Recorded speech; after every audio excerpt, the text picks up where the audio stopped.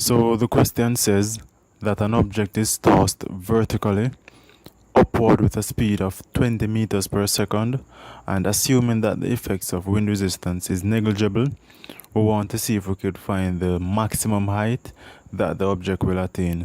So let's do a simple sketch to see how this question is represented visually. So let's say we have an object. So this is the object at some height, and this is our reference height.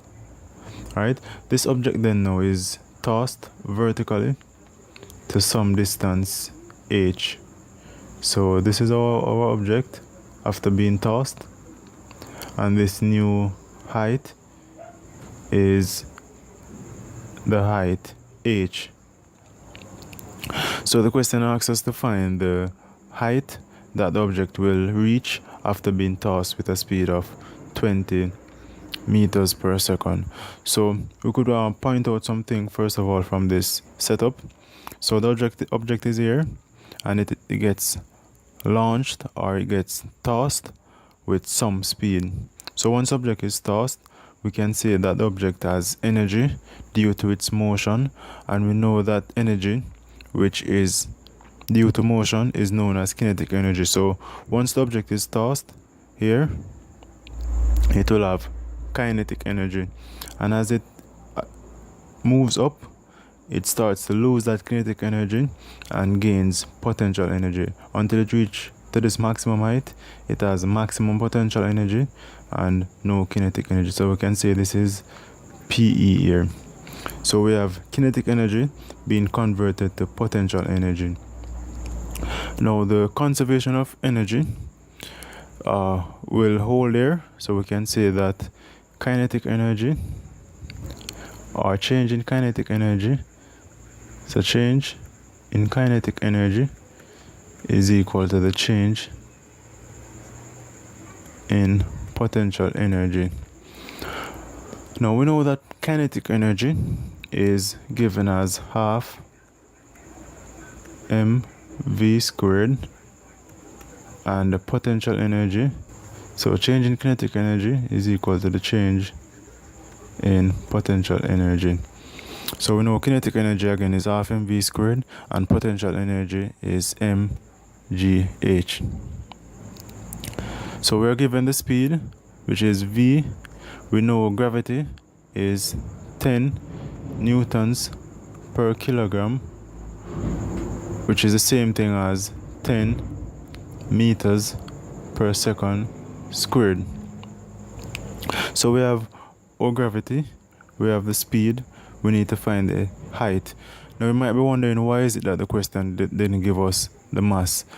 Now if you look at the equation, we're seeing that we have mass on both sides of the equation.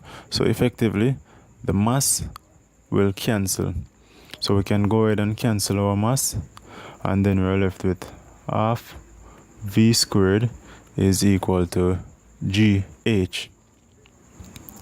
Now let's rewrite the left side. So this is the same thing as v squared over 2, and this is equal to gh.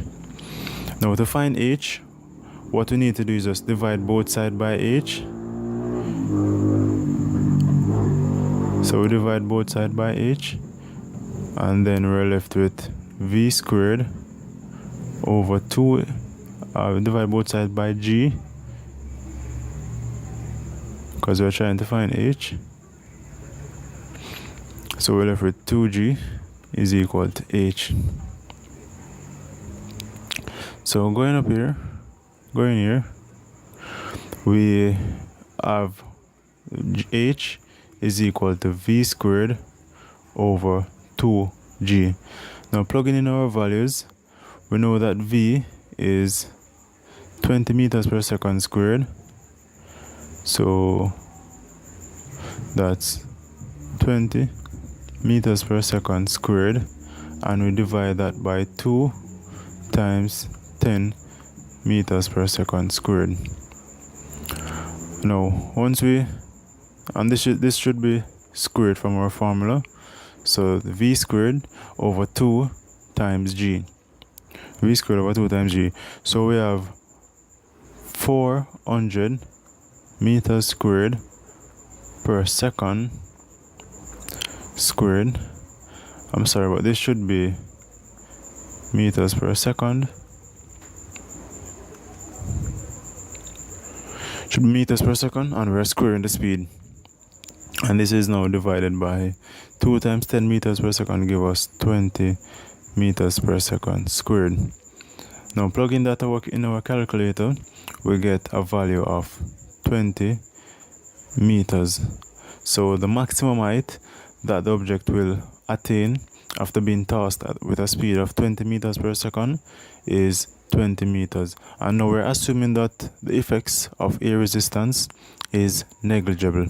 You can find more great physics tutorials like these over on my website at realjuniorroberts.com.